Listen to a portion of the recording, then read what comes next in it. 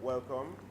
We are here for session 3B, looking at freedom sounds and identity creation in reggae and dancehall. I am Jalani Naya, the chair, and we have three presenters. Mike Hajimai, presenting Freedom Fire, Making is Resisting. Then we have Heather Augustine, Freedom Sound, Music of Jamaica's Independence. And the final paper is Robin Clark, So in a Smadito, Popular Culture and the Politics of Representation in Jamaica. It's a three-person panel, which ideally means you all have more time to maneuver if the time management went well. I still think we can manage 20 minutes per presentation and then leave some time at the end. The expectation is that we will have to finish just before 11 o'clock to facilitate the next panel, which comes in order to assist Hajimai to coordinate his... Okay, I can do it. You can start? Yeah. All right. Murphy's Law, something went wrong and his PowerPoint. Don't buy a tablet, is what I suggest. Don't buy a tablet. I'm going to ask that the presenters introduce themselves, just to locate the work and your own geography. Haji Mike is a good friend of mine. I know he's from Cyprus, but he can say more. All right, let's my name's, academically speaking, I'm called Dr. Mike Haji Michael. I'm one of these people who's also an artist and an academic, which is a difficult thing to negotiate sometimes, especially when I was writing my PhD. Because I was writing my PhD about being an artist, partly. So my artistic name is Haji Mike, and I usually perform poetry. But I started out as a DJ playing mainly reggae music. I'm sorry about my PowerPoint, something went wrong with it. I'm not sure why, but it just shows 0. And I can't get onto the Dropbox where I've got a copy, so I'm going to read parts of my paper. This paper's changed from the description you've got in front of you. It's changed, and that's part of the complexities of engaging in research in cultural studies, I feel. Especially when you're going to go to a conference and you decide, I'm going to write about such and such a subject, and then all of a sudden, while you're doing the research, you come across all these other things that are really wonderful, and you think I should include this as well. It ended up being a 30-page paper at one point, which has been sort of cut down to about 14. So, although the title suggests and the description suggests something, I am talking about the same thing, but I think it's more embellished. I'd just like to share a verse from a song that I wrote in 2009, by way of introduction. Freedom is the thing that everyone strives for, and freedom is the thing which people struggle for, because freedom is the thing that some people might even die for, and all they ask is to live and breathe in freedom. Freedom is something that many people want to express themselves as artists, but there's many people around the world who cannot have that right because they live in dictatorial regimes. For instance, Saw Fo Kwa in Myanmar, Burma had to pay 5,000 kyats, that's the equivalent of $5 each time he used the word reggae in a song. And this was because the military regime in that country scrutinized every single song that is released. Freedom is also, and in that sense I feel very privileged as an artist to have the rights that I have, because there's many artists around the world who don't have those rights. Freedom is also an ideal that cannot be fully attained. It's a dream. It's something that we long for, but we might die never attaining the freedom that we want. And this takes me back to Homer's Iliad, where real freedom was controlled by the gods, who interfered in every human move. But even in the Iliad, there was room for human agency. And despite the fact that Odysseus never reached his final destination, Ithaki, he had that dream. And I think that kind of spirit exists in many songs. for example, Hugh Mandel's Africa Must Be Free by 1983. It's a desire to gain true freedom for the African continent in that particular song. Sadly, it was something that he never saw in his lifetime, and we still don't see it in our lifetimes now. So it's an ideal that in some cases may never be reached, a destination that may never be reached. And in doing research for this paper, I came across the concept of freedom, and aside from it being an ideal and something that I feel privileged about, I also thought very carefully about certain landmarks in what I consider to be challenges to freedom. And one of these that I find is the French poet Serge Gainsbourg, who came to Jamaica in 1979, the first Frenchman to do reggae in French. And to cut a very long story short, he worked with Sly and Robbie and a host of other musicians.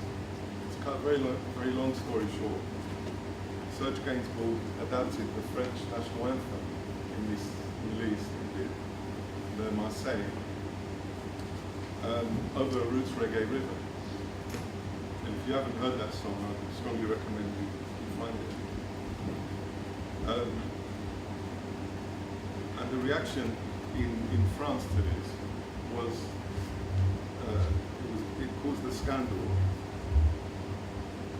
The national daily paper Le Figaro condemned it as an outrage, and an editorial suggested Gainsbourg should be excommunicated and leave his French citizenship, have his French citizenship removed. He organised the tour afterwards, and this was a sellout. Everywhere they played, they were threatened by extreme right-wing groups. In some cases, they had to leave the hotels they were staying in. And this is well documented in the book by Simmons, Serge Gainsbourg, A Fistful of Gitanes, which I strongly recommend people to read. So I think when we take this particular example into account, the hostility that it caused, and the right of an artist to have the freedom to adapt anything he wants. And it challenged the very colonial nature of France in many ways, in the fact that he was making this song with Jamaican musicians at that time. So, in contextualizing the concept of freedom, it's also important to understand that reggae itself is a music that is seriously grounded in the concept. And in the process, reggae is and always will be, and always has been, political, because it's a music that gives voice to the voiceless. And there are so many examples of songs that relate to freedom, and these songs are timeless songs. And I'm trying to explore what these songs meant to me as an artist. Growing up with reggae music, where I lived in the UK, surrounded by sound systems, bands, dub poets, etc., which informed my own understanding of creative engagement as a poet.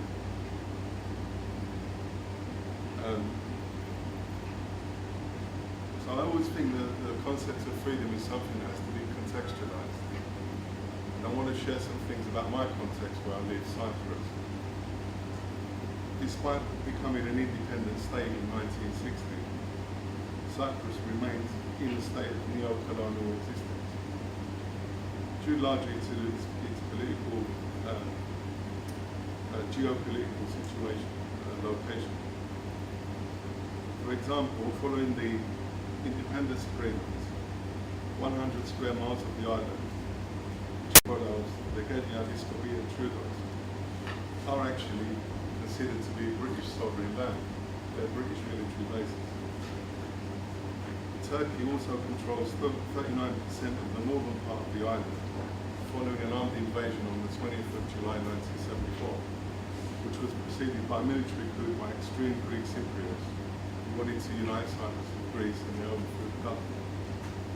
The long-term impact of the invasion by Turkey has been colonisation of the northern part of the island. There are now an estimated 200,000 Turkish people in northern Cyprus who have settled since the invasion. The population of Cyprus is under 1 million. in total, and an estimated 43,000 Turkish troops. Turkish Cypriots number about 70 to 80,000 people in the northern part of Cyprus. In addition to this, the Green Line, which passes across the island, which I wish I had the images to show you, is 180 kilometers long from east to west. And there's a certain land in between space, which we call the buffer zone, which is administered by the United Nations Peacekeeping Force, also known as UNFICYD. The annual cost for UNFICYD is approximately $57 million. That's over $1 million a week. And this includes a voluntary contribution by the government of Cyprus, about 1/3 of the cost, and an annual amount of $6.5 million contributed by the government of Greece. Turkey does not contribute directly to the forces budget.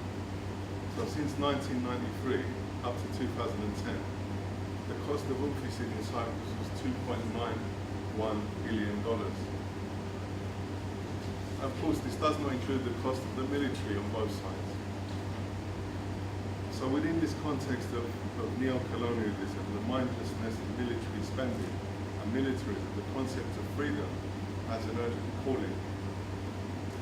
And this is reflected through different forms of music.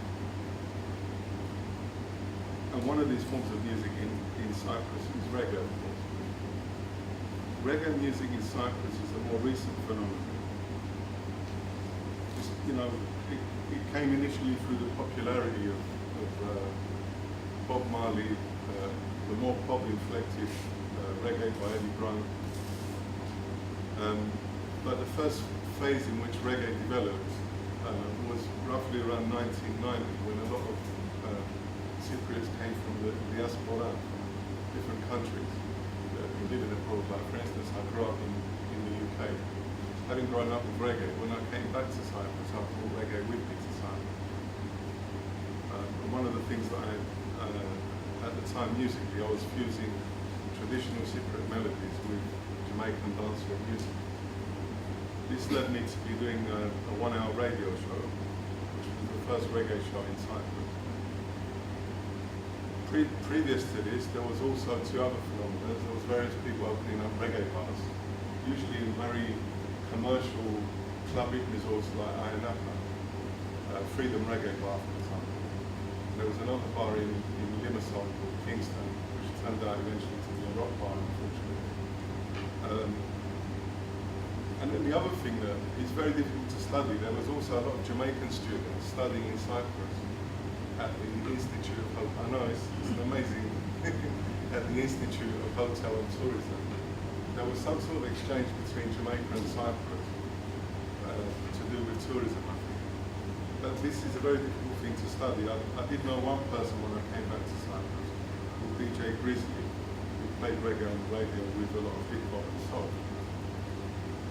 Beyond this, the tune matures with the development of the first sound system in the year 2000, called the Roots Crew sound system, which was set up by Donis and Constantinos in Nicosia, the capital.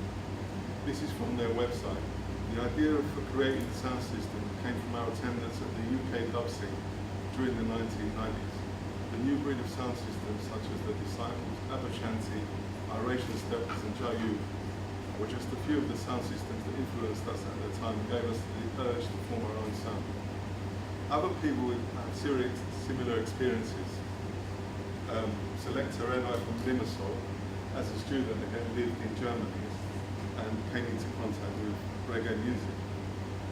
Another sound system developed in 2008 called High Station. The High Station actually had an African connection. I mean, lived in Africa, and the speaker boxes were built in Africa and going back to Cyprus. More recently, there's a number of groups, producers, the incredible Dub Machine, Meddred, the producer. There's long-running reggae nights in Nicosia at a place called Scarabell. And there's also a lot of reggae in the northern part of Cyprus, mainly around one particular musician called Sonero, who's a percussionist. He does a lot of reggae events. And the scene as it is now is quite an embellished scene with promoters bringing artists from abroad, sound systems, various reggae nights, etc.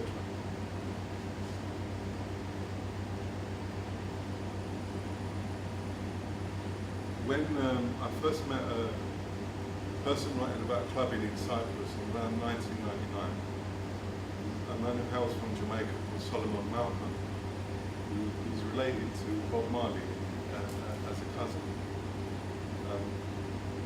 Solomon was looking mainly at this place called Ayanapa, which is known mainly for UK garage, club music, house music. And there was only one reggae bar, as I said there. So I asked him to spend the day with me so I could show him the rest of Cyprus. So what our experience was, tourists would come to Cyprus, they would stay in that town, and they wouldn't know anything else about the island. People would have this feeling that when they landed at the airport, they landed in Ayanapa. They didn't actually land in another town. And having spent a day with Solomon, and this is a quotation from his blog, as reggae music is about freedom and liberation, it is not surprising why it is popular among Cypriots. For me, this was very important because I make a link between the line from Redemption Song, emancipate yourselves from mental slavery, none but ourselves can free our mind, which is actually taken from a speech by Marcus Garvey.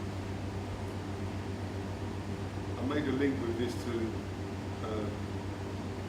the words of Paulo Freire from the Pedagogy of the Oppressed. And he states, education even functions as an instrument which is used to facilitate integration of the younger generation into the logic of the present system and bring about conformity, or it becomes the practice of freedom, the means by which men and women deal critically and creatively with reality and discover how to participate in the transformation of their world. Reggae music has that quality for me, to emancipate, to free people, and give people the power to change things. And this is particularly relevant in Cyprus, where people have the belief that there can be no peace without freedom. What is peace worth in a divided island full of soldiers, tanks, weapons, and hatred if it does not embrace the concept of freedom? As my poet and friend and collaborator Zeki Ali says in his piece, The Mediterranean Blues, give me a line as blue as the Mediterranean, and not all the fake borders and orders to be obedient and passive to the system. So in doing this, we're forced to reflect on our convictions as artists and question the reasons for making music. And having that concept of wanting to see a united island, where possible and feasible, we bring Cypriots together to collaborate, share views, raise awareness, and actually practice what we preach through making music together. And I see this as a social responsibility. It's closely related to the concept of applied ethnomusicology and cultural studies in general, in my opinion, which have these distinctive advocacy and social justice dimensions to them. So we reflect on our surroundings, we're critical of our surroundings, and we try to challenge that status quo. And in a number of songs that I've written, I've tried to reflect this in different points of time, mainly around the concept of the Green Line, especially in the capital where I live in Nicosia. So one of the first songs I wrote about this was in 1997, called Legion Street, where the street was actually divided by a military guard post, very much like Checkpoint Charlie between East and West Berlin. A small piece of land in between both sides and then checkpoints on either side. And this song states, way down Legion Street, where two sides clash and never meet. That's where I walk alone, heading up to my home, as I come from the north. But the soldiers holding guns won't allow me to carry on. Why don't you come and see what they've done to my community? This was written at a time of intensified conflict and increased nationalism. Of course, the street didn't stay like that forever. And through a lot of grassroots campaigning, in April 2008, the checkpoint came down. Although the checkpoint is still there, the people have the right to cross freely. The division is still there, but the fact that people can cross over is an achievement. And I wrote a song at that time called Party at Lidra, which celebrates the fact that there is a party going on in the street. I just wanted to share a picture of it.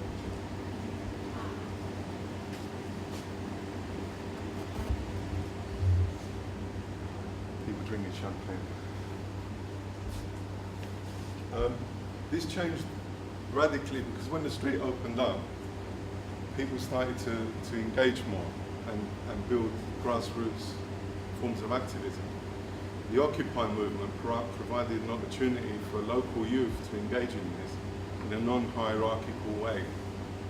So from the 15th of April until 2011, until June 2012, musicians, poets, craftspeople, DJs, singers, and citizens gathered in a wide range of cultural activities in a place which was the Occupy Buffer Zone Centre, OBZM, which is the one before, below. And on the building it says, "We are the solution." And this building has been empty since 1974, and local youth occupied it together from both sides, Greek Cypriot and Turkish Cypriot. On April the 6th, 2012, the activity centre was raided Rambo style by armed police of the Republic of Cyprus, who evicted and arrested 29 innocent people, some of whom were charged with the possession of 1 gram of cannabis, which was found very conveniently behind the entrance door to the activity centre. So the pretext for closing the centre down was a drugs raid, and you can find this on YouTube. It actually documents it. If you Google it as Nicosia Buffer Zone Police Raid, 4th April 2012. The same day I wrote a poem based on this experience called For 1 Gram, which I uploaded onto SoundCloud. This became remixed as well with my friend Dub Caravan, who's based in London. And I felt the need to put a song up there because the story that had only been told had been told by the media. And the media sometimes, as we know, distorts facts, distorts experience. So the media was putting this thing forward that basically these people were drug dealers. They were not activists. So you can find that song on SoundCloud and it's a free download under Haji Mike and Dub Caravan. So freedom for me in Cyprus is like a calling, advocating change and challenging different forms of authority, discrimination and oppression. The enemy for me, quote unquote, is not a person, a race, a people or country. It's more a divisive mindset and ideologically charged discursive dogma, which has intentionally divided my home into two. The point is to challenge and question these situations by giving people an alternative. We've basically been at the same bus stop for 40 years. And we've been sitting at this bus stop, and all the politicians tell us we've been all around the world. And the fact of the matter is the bus has never come. The solution's never come. Although people are struggling for that solution on a daily basis. So all we ever asked was to live and breathe in freedom. And reggae music, that very special music to me from Jamaica, is a tool, a vehicle to that emancipation. I've no other conclusions beyond this, and I will carry on seeking freedom through reggae music. Thank you.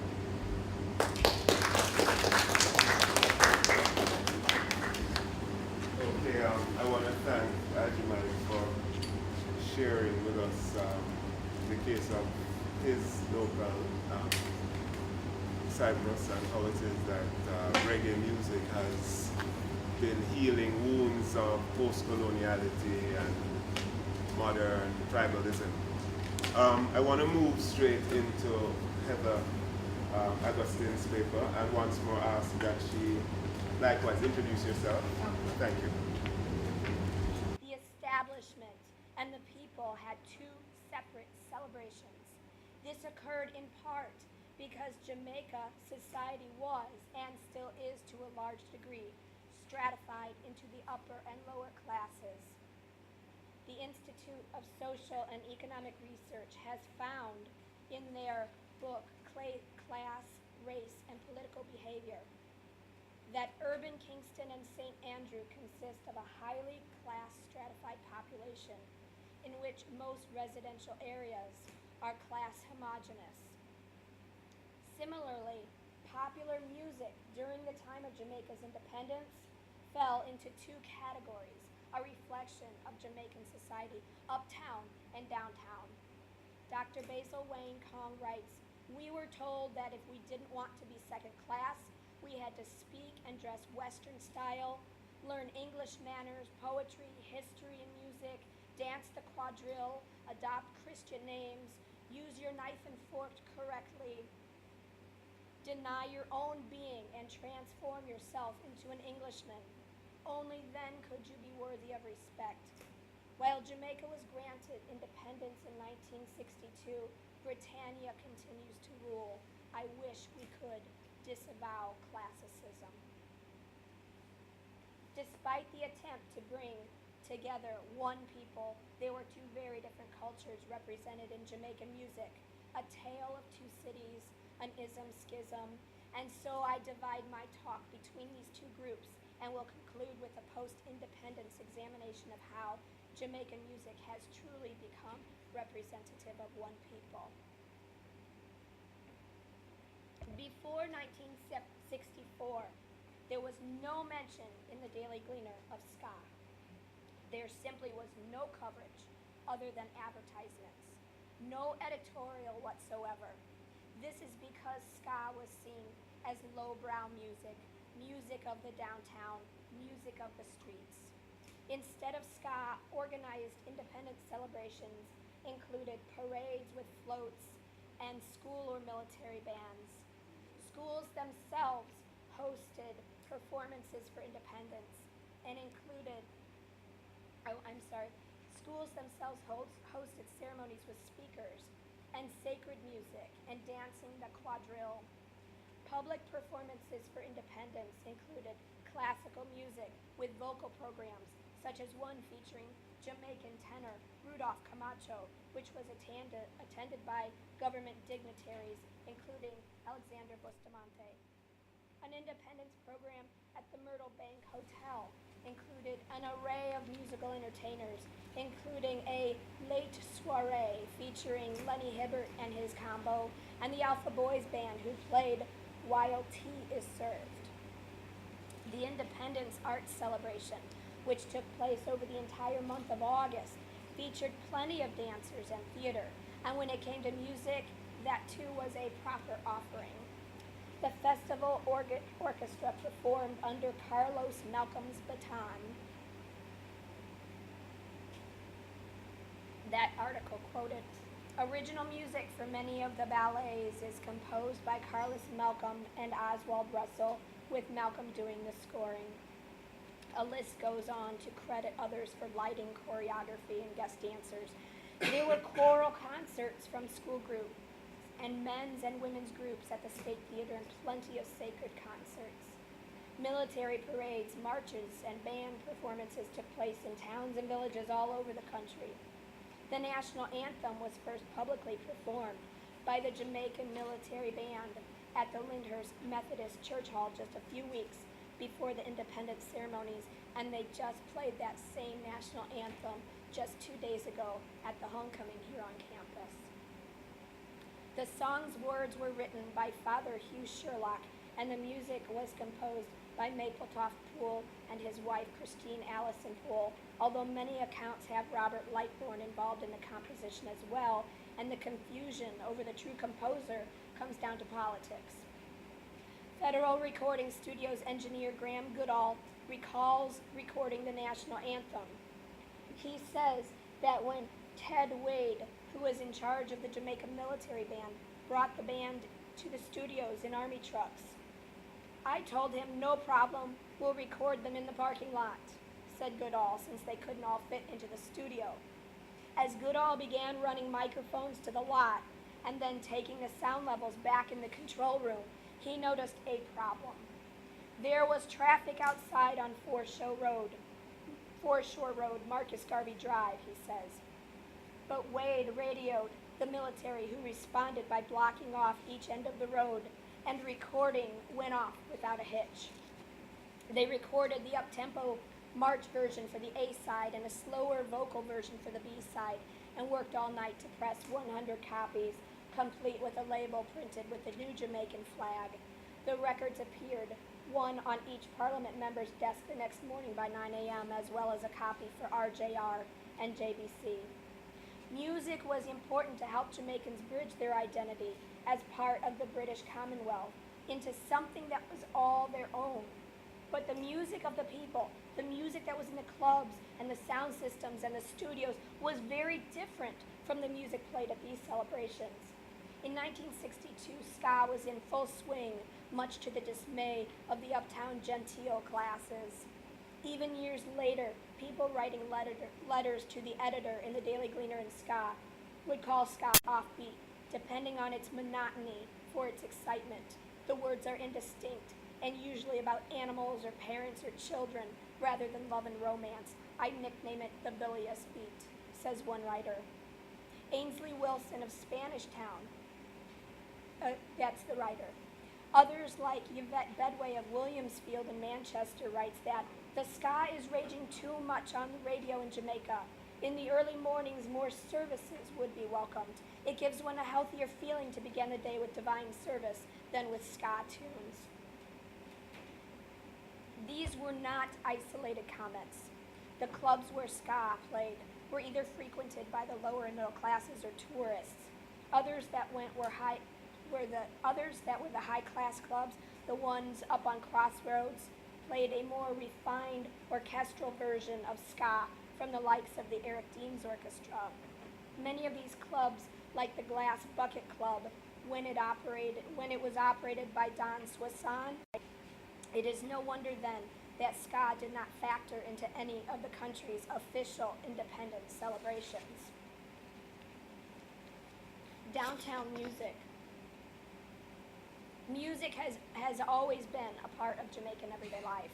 The ring game songs, nine-night songs, work songs, or digging songs all had a function. So too did ska music, especially during the days surrounding the independence. Ska began in the 1950s, and by the time the independence came around, ska was firmly established. Were there not the audio record and oral histories of this fact, one might not even know that ska existed around the time of the independence, since government musical programs were without any representation from ska bands. But there were plenty of independence celebrations that featured ska music, as advertisements reveal. Ska musicians and bands embraced the promise of independence, just as everyone else did. Independence gave people hope, opportunity, and freedom, especially in the poor and working class neighborhoods. And so singers commemorated that perception in their songs, such as Lord Creator's classic, Independent Jamaica. Lord Creator, a native of Trinidad, says that Vincent Randy Chin approached him to write the song. Chin asked him then to write more songs for him, so Lord Creator followed up with other independent songs like Welcome Princess Margaret and Freedom Song. The lyrics to Independent Jamaica, a calypso-flavored tune, chronicle the story of securing independence, and it is actually a decent recount of the events. Manley went up to England to seek for independence, and although Buster was late, he still attended the conference. Although from two different parties, it was very good to see how these two politicians were shaking hands when they gained victory. But the lyrics do more than just tell the tale. They offer a tone of optimism and hope, and foretell the benefits for the future. Independence is good for the young and the old, also for me and you. Independence is good for the whole population, including your children too. Derek Morgan also wrote a song in commemoration of the independence. Morgan says, in 1962 now I made this one, when Jamaica was getting independent. I wrote a song called Forward March, getting to the independence, and it was a big sellout. It was a boom. And on the independence, we were on the truck, going around singing that song, Forward March. This song has a tone of excitement, optimism, and it equally acknowledges both parties that were involved in the process. Jimmy Cliff's Miss Jamaica embraced the national identity while acknowledging the troubles the country faced. The act of crowning is both an act of establishing the prize, independence, as well as a reference to the British Commonwealth, the crown, which now has been taken back by the Jamaican people, and it is only theirs to give. They now have the power. Al T. Joe's Rise Jamaica, Independence Time is Here is a Fats Domino type tune with cheerleader lyrics assigning aspects of Jamaican independence to each letter of the word independence, like nation, democracy, economics, progress, equality. Joe also references the problems of Jamaica, perhaps British colonial rule, but he asks his people to overcome these problems by moving on, again, with a tone of optimism and excitement. Joe White and Chuck offered their One Nation in the spirit of independence. These lyrics are also positive, hopeful, and stress the unity of one people, both men and women. There was also the Scatolites' Independence Anniversary ska, originally named I Should Have Known Better, a cover of a Beatles tune, which the Scatolites performed in the Independence Parade on the cable and wireless float. This song had no lyrics, but it was still written in the same spirit of celebration. All lyrics aside, the fact that Jamaica had its own music, ska, required no lyrics to express the independence of a new nation. Two skas clash.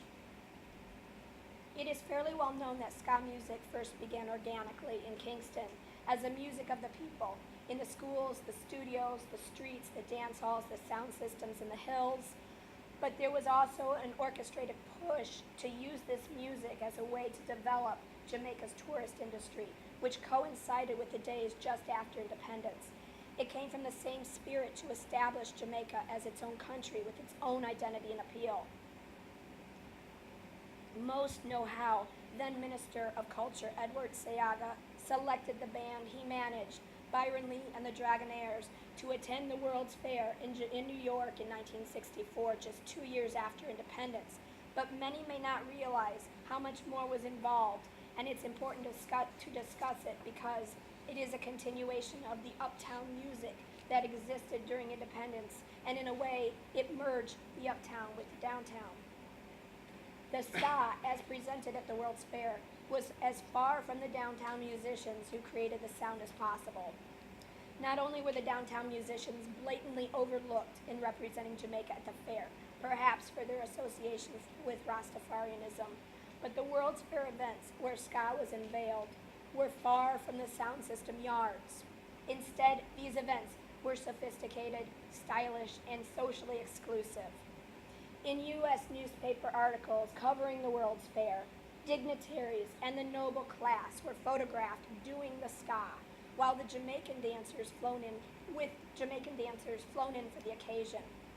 In one article from the New York Amsterdam News on May 2nd, 1964, one such dignitary is shown kicking his heels up in his suit and tie, while seated onlookers smile.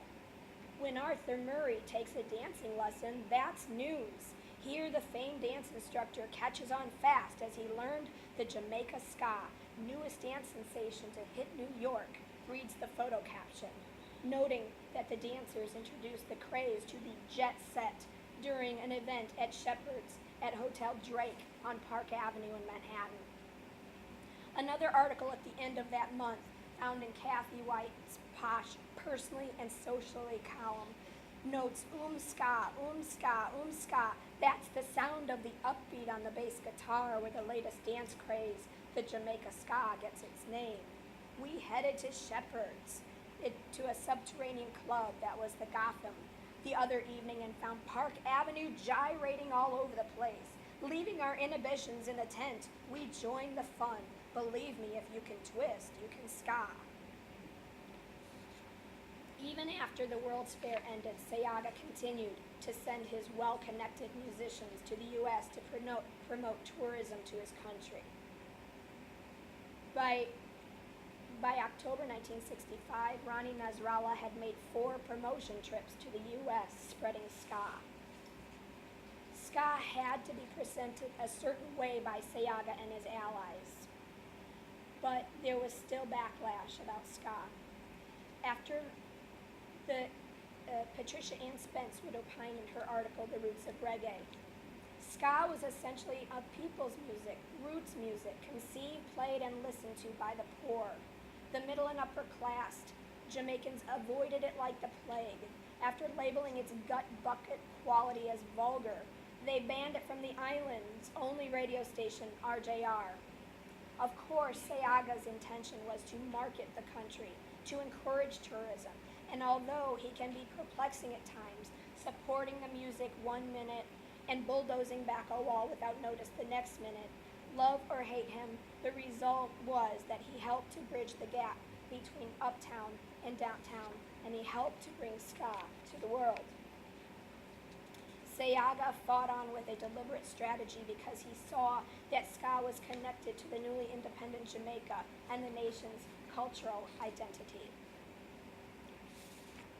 We now know with centuries of hindsight that ska did officially develop a national identity, leading to the career of Bob Marley, Jamaican icon and world star, and reggae music as a whole. We now know that ska helped to bridge the gap between the classes as the sounds of the orchestras mixed with the sounds of the dance halls, and powerful politicians like Edward Sayaga got behind the vision. I am not trying to suggest in the least that the success of ska came as a result of Edward Sayaga. In fact, the success of ska was more organic. It came from the people. It simmered up through the people. It came to the airwaves through Treasure Isle time. It spread through producers at RJR. It crossed oceans with West Indian immigrants and spread seeds of its own, still having a champion with money to throw behind it in the name of independence, even if the vision was to turn ska into a commodity, was another component that helped to bridge the gap between the two skas. Ska music was a source of pride, albeit not for everyone, and for those who saw its potential, and those who lived with it, and relished it, and performed it, ska was an uplifting music full of promise. It was a reflection of the promise that independence itself held. It belonged to the people, and it gave the people belonging. Jamaica's many forms of music, classical, choral, folk, ska, rocksteady, dub, dancehall, are all part of one Jamaica, whether overtly promoted as an attraction to the island or simply heard on a transistor in the street. Thank you.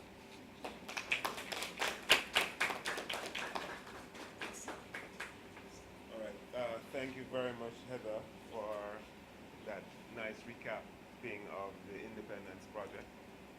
Perhaps we needed that French composer to give us the reggae version or the ska version. We're going to move to the final paper, Robin Clark. I'm going to ask them to introduce themselves. We are beyond the time of the panel, but my anticipation is that we can use a few minutes at the end of his paper to take questions and still be before the next session. All right, so Robin, you're going to introduce yourself. Good morning, everybody. My name is Robin Clark. I am a research assistant at the University of the West Indies in the Department of Institute of Caribbean Studies, as well as I also lecture at Excelsior Community College. I want to also thank my colleague from Exed for being here, and also my past and present students. Today my presentation is titled Sowing a Smaddy Too, Popular Culture and the Politics of Representation. My presentation explores and explicates the role of street dance to its key creators and performers. It examines the representation of class, culture, and identity at the street dance through its key adherents. This representation is explored through the dominant discourses of representation of Jamaica's oligarchy. It begins by contextualizing the socio-historical, socio-political, and socio-economic stimuli that gave rise to one of the many stages of dancehall, followed by the seismic cultural shifts that manifested within the exiled spaces and places of the Kingston metropolitan urban depressed areas. I argue that because of its central role in the lives of its citizenry, most of whom live and operate within the bounded boundaries of the Kingston metropolitan area. This presentation therefore examines and problematizes their embodied performance at the street dance in order to understand the constructs, class, culture, and identity within discourses of representation. Because street dance takes place in the lanes and streets of these spatialities, there is a dialectal relationship between place and space dichotomy and its relationship with identity formation and representation. And this forms part of my general framework. My presentation uses street dance as a conceptual terrain to introduce the construct, quote, prime time geographies, to understand the dialogue between the citizenry of these marginal spaces and places and Jamaican's dominant social bloc on the one hand, and on the other, I also use the construct primetime geographies to examine and explicate how its citizenry invert personhood bestowed on them by hegemonic forces by recreating and representing notions about class, culture, and identity. The title, or the title in part, So We No Smadito. The partial title, So We No Smadito, is actually a statement I got from an informant at one of the many street dances I visited in the Kingston metropolitan area for my master's thesis. Translated into standard English, Are We Not Someone Too? I saw it appropriate to use this particular title because of its multiple implications about self within the marginal spaces and places of street dance. It suggests neglect, it asks a question, it is an assertion of recognition. It speaks to a process of becoming someone, or in Jamaican parlance, smaddy. But how is Kingston made up? Street dance for this presentation is limited to and located within the inner cities of the KMA, where there are high levels of urban violence, unemployment, poverty, hunger, etc. The Kingston metropolitan area presents Kingston, Jamaica's capital, as a center of activity. Kingston hosts almost all the important government agencies. It's a center of commerce. It's the entertainment mecca. House the main media houses and the center of legislation, among others. But Kingston's makeup also presents a paradox. It is also home to most of Jamaica's ghettos. As a dystopia, it houses inner city communities such as Tivoli Gardens, Denhamtown, Raytown, Hannahtown, among others. And the reason I'm mentioning these communities, these are the communities that I actually visited. As a dystopia, Kingston is a city of bare life, encoded in these peripheral slums where people have to make meanings of their lives. It is a place produced by the complex articulators of the local and global conjunctions of post-colonialism, or colonialism, modernism, and post-modernity, according to Nadi Edwards. And I find this quote by Nadi very interesting, where he captures what Kingston is as a dystopia.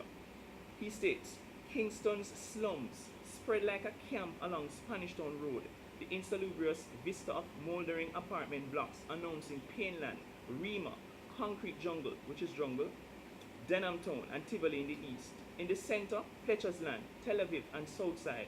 To the east, Bowbank, McGregor Gully, Rockfort, Warwick, mapping the scars of the city. Riverton City, Cockburn Pen, Waterhouse, Matches Lane, Hannahtown, Craigtown, Grandspen, Blacks Ants Lane, Jarrett Lane.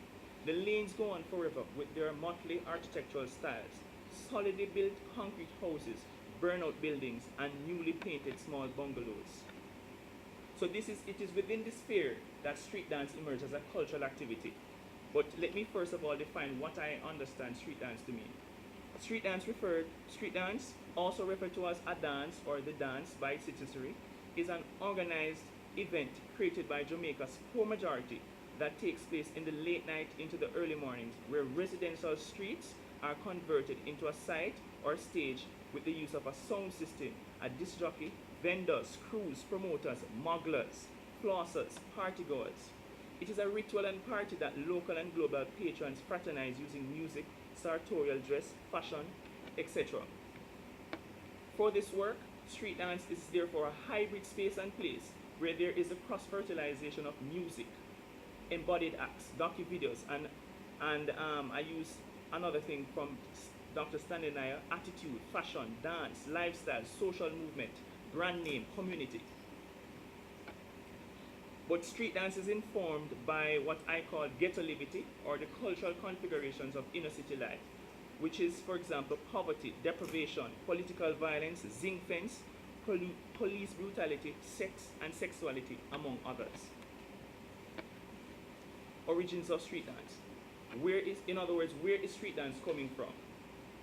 Noted by Bilby, Meeks, and Stanley Nair, street dance is located in the social dances on the plantation during the 18th and 19th centuries. John Connor, Slave Ship Limbo, Dinky Mini, Jerry, Revival, and Brookings parties.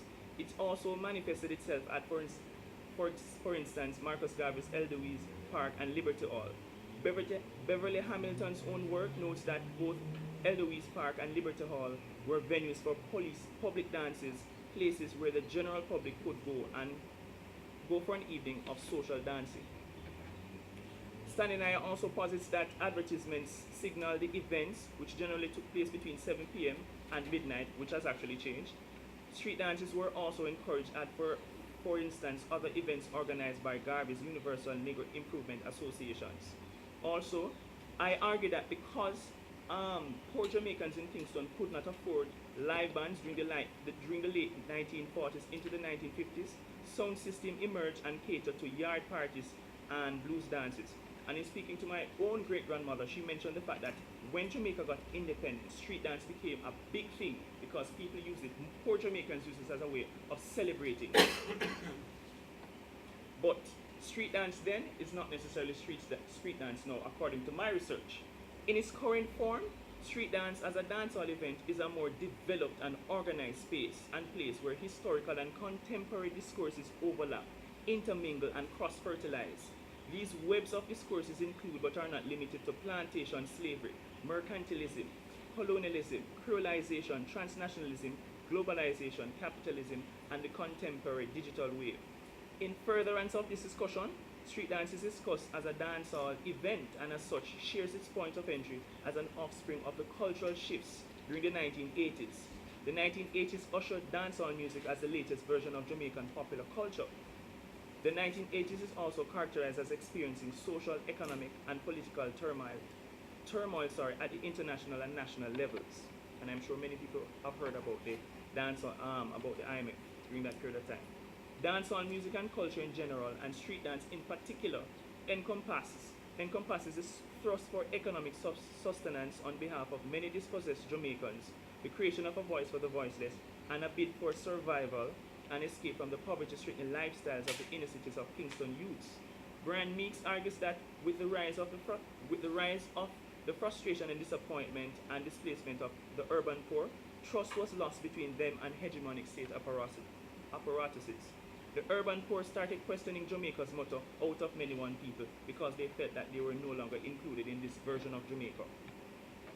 Examples of street dance now, and these are some of the street dances that I've visited. Container Saturdays, aka Club in the Streets. The more sensational one, No Draws Thursdays. Mondays, Passa Passa, which is somewhat defunct. Yasso Nice, Orny Fridays, and Nipples Tuesdays, Rose Fridays, Scream Sundays, and of course there are many others taking place within Kingston. And I want to give you just an example of one of the street dances that I visited. I think this is it. Or I think so.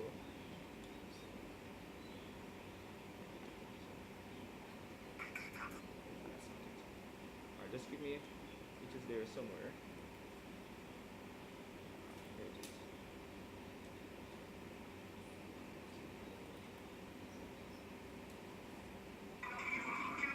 Alright, so this is Passa Passa. I actually went to this particular street dance.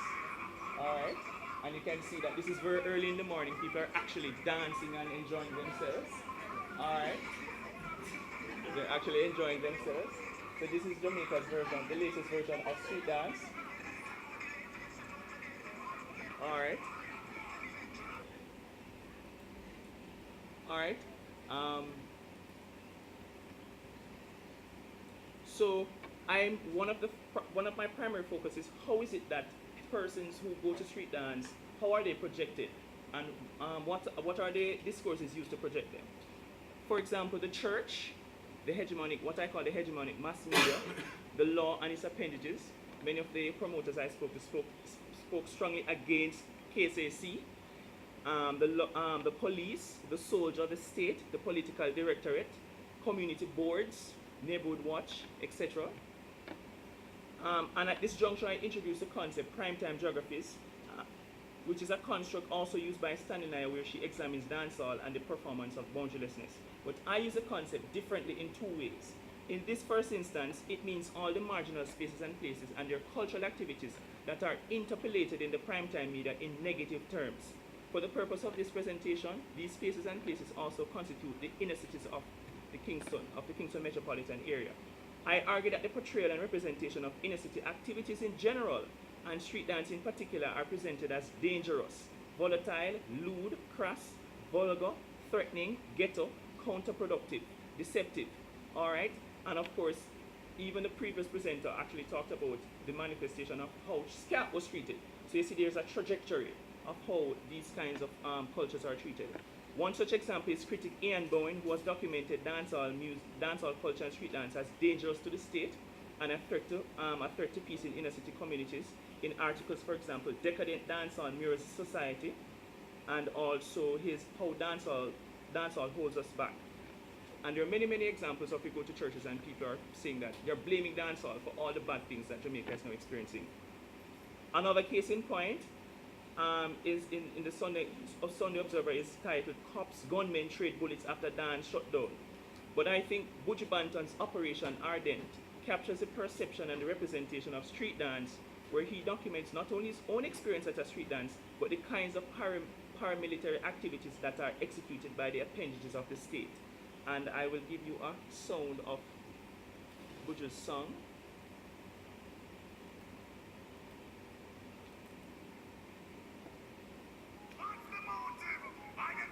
I hope you can hear it. We can hear it, right? Somewhat.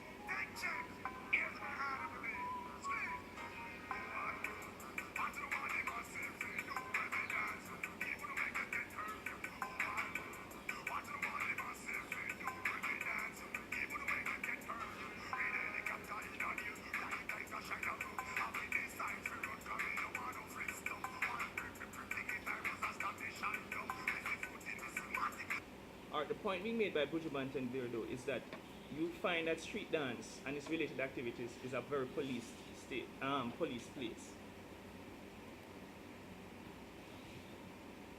Alright, and why is it that street dance and its activities are treated that way?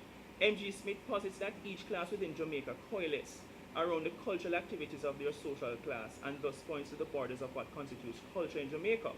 Charles Mills expands and inverts M.G. Smith's social stratification typology and uses culture as its primary site of categorization. He argues that the Caribbean as a region is a racially structured society with folk performance culture at the bottom, light-skin variety in the middle, and versions of European culture at the top. Thus, and this is what I'm arguing, superior culture must police inferior culture, and you will notice the difference in terms of the capital C and the common C. Cooper explains the dichotomous tensions between culture proper and culture improper that speaks to the broader spatial and cultural divisions within Jamaica. Culture proper as a hegemonic construct represents the legitimate norms, values, and attitudes of orthodox Jamaican culture, which is presented as national culture. That which causes dis-ease represents slack, vulgar, profane, folk ghetto culture, vying for recognition and value within official national identity. As such, street dance as a cultural terrain highlights the symbolic distinctions and the social and cultural divisions along the axes of power within Jamaica. The point I'm making here is that whatever hegemonic forces of power in Jamaica define as culture, define as class, and define as national identity are wheeled through the spheres of institutional authority and should be followed by the masses. Those who refuse are represented as other, marginal, and even unpatriotic. And I find a quote, one of the quotes from one of my informants as summing up the point for and why the reason they are portrayed that way. Quote, them no feel so we are no nobody. Alright, in English, they, this, referring to the state, don't think that the street dance massive are people to respect. The flip side though, we are smaddy too. The title of this slide suggests recognition, assertion, admiration, and confidence. The question mark in brackets in the title of this presentation has now been removed, and the street dance massive, having recreated a cultural product passed on to them by their forefathers, use it to rescript, invert, and refashion the self as visible and powerful. In this transformation, new meanings, not bestowed onto them by Jamaica's oligarchy, are assigned to self as well as space and place. This transformation is captured in the loaded term primetime geographies. In this instance, primetime geographies are the street dance sites that have been rebranded as substantive, popular, exciting, worthy of attention, desirable, glamorous, etc. A cursory glance of the term primetime is used to reference specific programs shown at a specific time, newsworthy material that must make the front page. Also, the phrase not quite ready for primetime has come to mean not quite perfected. In the case of the street dance, not ready for the video light. In invoking standardized construct performance geography, I'm suggesting that there is a preoccupation with space, how space is used, how space is re-identified and given new cultural meaning, and how space is given status. I am positing that the recreation, reproduction, and dissemination of street dance and its related activities have given these new sites definition. They become primetime sites of cultural mingling. My own experience and interaction with the street dance massive, for instance, has shown me how the cultural power is used.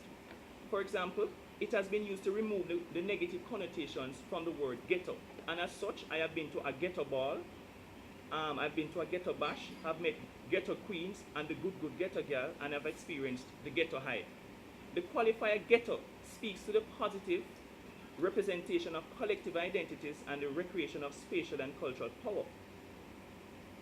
This has created also individual, communal, and international superstars such as the dancing duo featured in local international music videos, Nash and Marvin, who rose to fame at Passa Passa. Other examples include Kiva, a famous female dancer who has been booked around the world to perform at international dancehall events. The body and the space are also rebranded as hyper-visible and powerful through the use of the video light, where key performers and creators such as DJs, promoters, selectors, dancers, flossers, and smugglers, sound system operators are projected into the limelight of the individual, communal, and international and national stardom.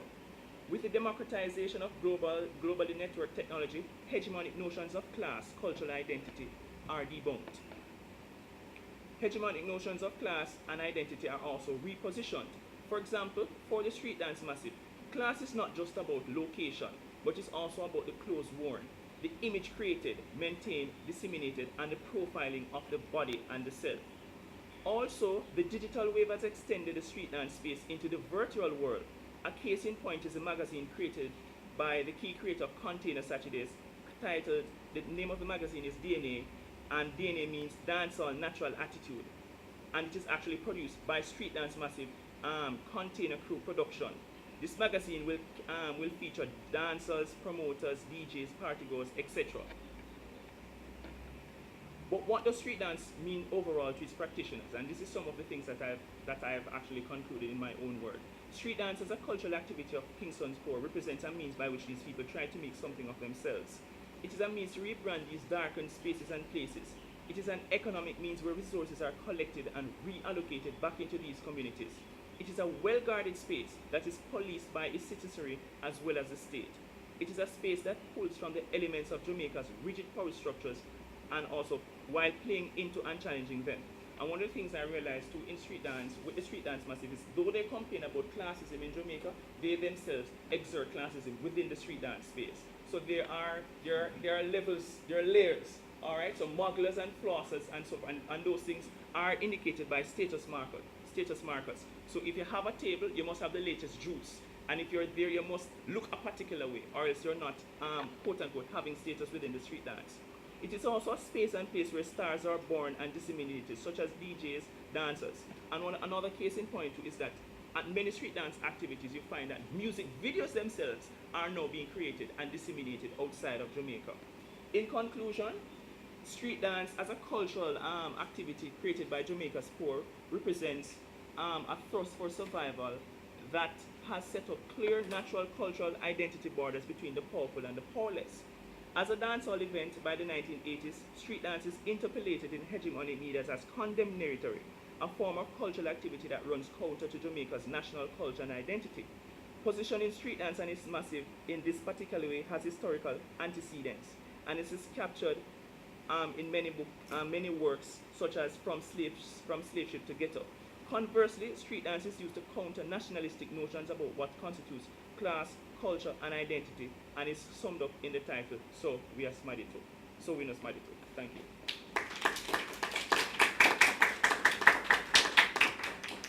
All right, I want to thank Robin for his presentation, giving you the more ghetto, I suppose. He didn't mention ghetto slam. I don't know if he didn't want to include that.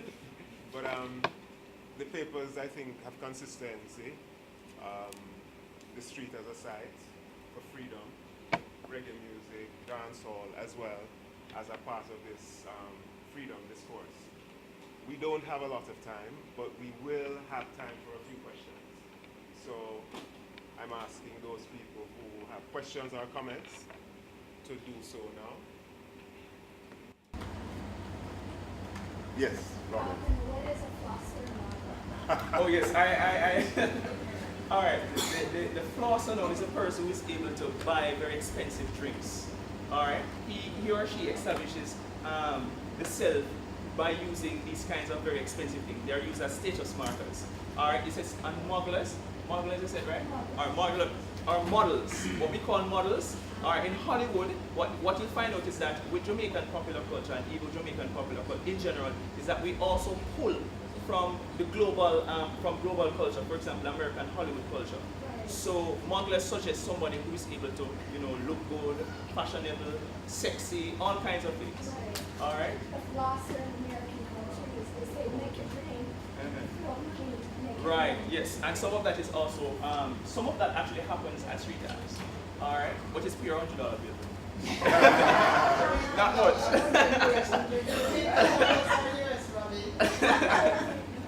So we are very careful with our flossing. All right. Right. All right. Any further questions?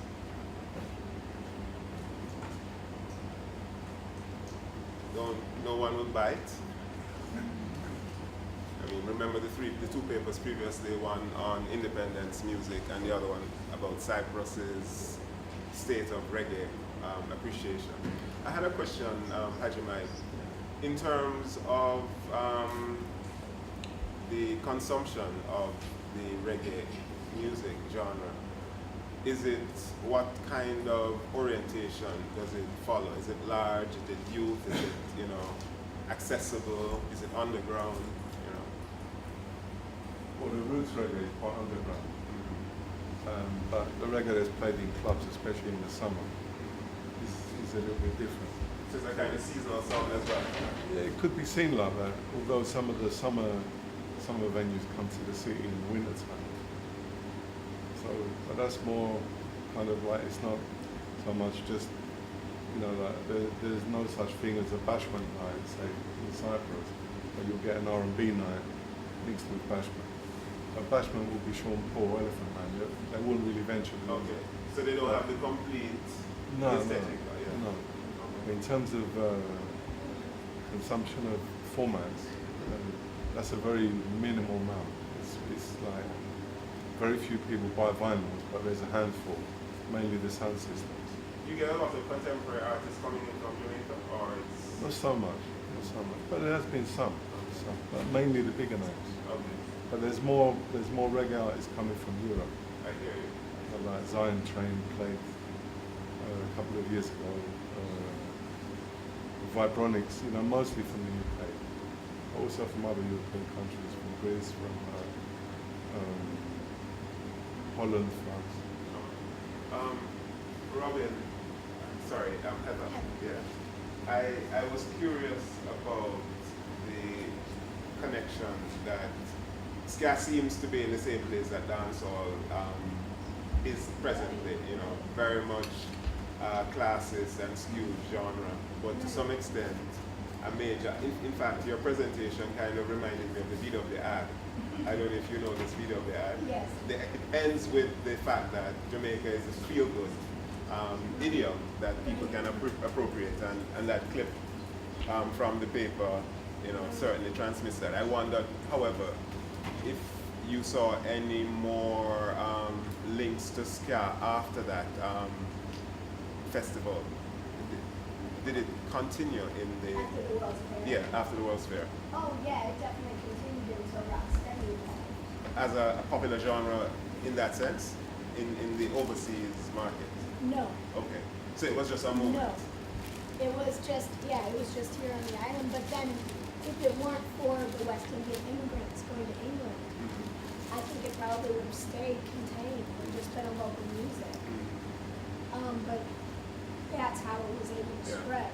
And ska is still very popular in Europe, even now. Absolutely. Yeah, yeah. Which is, And all over. Yeah, I mean, it's Japan. yeah, yeah. Not, we not kind the of same lost form. total touch with ska.